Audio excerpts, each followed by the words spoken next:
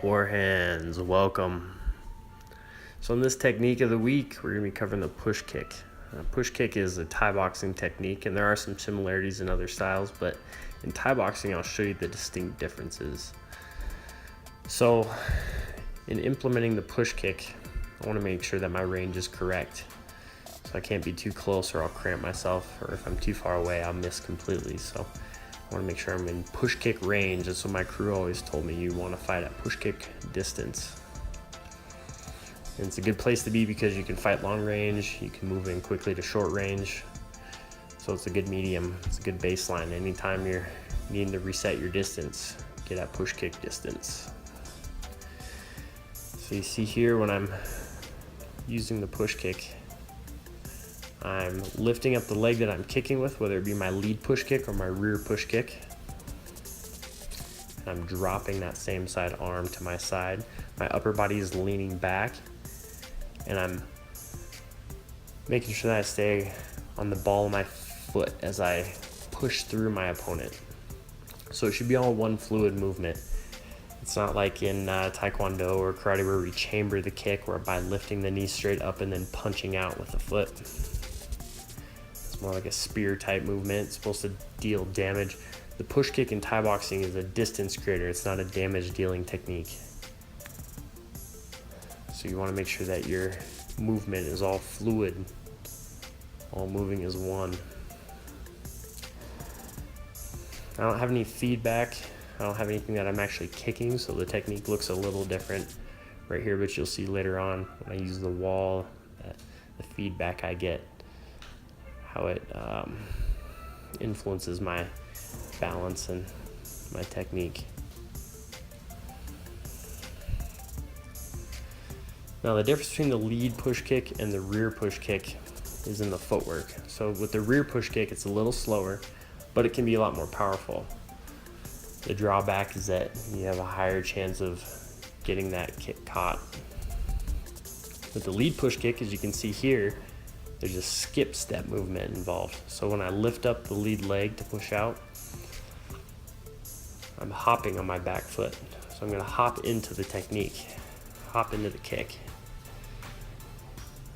So I lean back as I bring the lead leg up, and then I do a skip step or a hop step with my rear leg. I push through my opponent. This is the faster of the techniques. It's not quite as powerful, but speed beats power a lot of times. So what I mean by that is when I'm using that lead push kick, if I can intercept my opponent, if I see my opponent begin an attack and I launch my lead push kick, and you'll see this in Thai boxing competitions all the time, where someone will intercept their opponent with that lead push kick, and it ends up driving them back and oftentimes even knocking them down. So right here I'm using some feedback on the wall. It allows me to check my distance, check my balance, and that I have proper technique. Starting from my stance, nice and loose and relaxed, boom, popping that lead push kick out. The target of the push kick is right in the middle of the torso. If you can get good foot placement, you're pushing through with the ball of your foot. It's not a full surface area of your foot that you're hitting with. You're pushing through with the ball of your foot or the upper end of your foot. You're pushing them away. You can see that against the wall that not my entire foot is landing. It's just the ball of my foot or the upper end of my foot. This gives me a lot of spring and a lot of leverage to push them away. And this is what I think makes the Thai boxing push kick so effective as compared to other arts. Not that they're not effective, it's just different. But I feel like the uses are a lot more useful.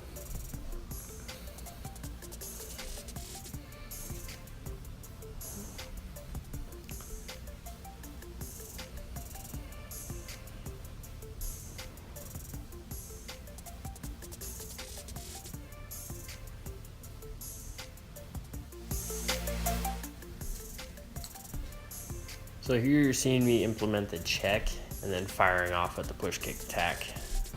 You can do this with either the rear or the lead push kick. So checking with my lead right there and then push kicking with the same leg. And it's good to fire off right after a defense because somebody that's attacking is often most vulnerable either in the midst of their attack or right after they finish an attack, because they need to reset, get their feet underneath them before they can start attacking again. So it's a really good time to attack. Right here I'm just demonstrating it in the air.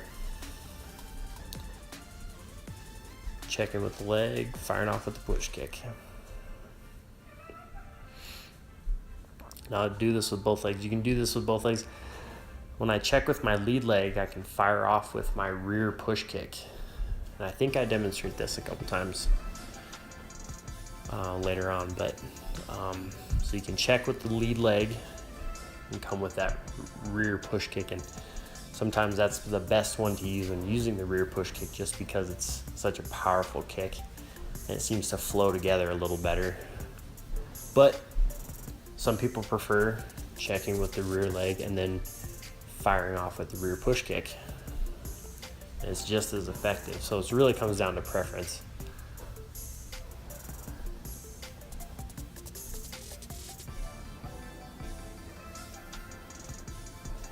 The only thing is when you check with the rear leg, you can't really fire off with the lead push kick. The footwork just gets too sloppy, it gets too messy, it doesn't flow well. So you can check with that lead leg, fire off with the rear push kick, but to check with the rear leg and fire off with the lead push kick just doesn't work the same.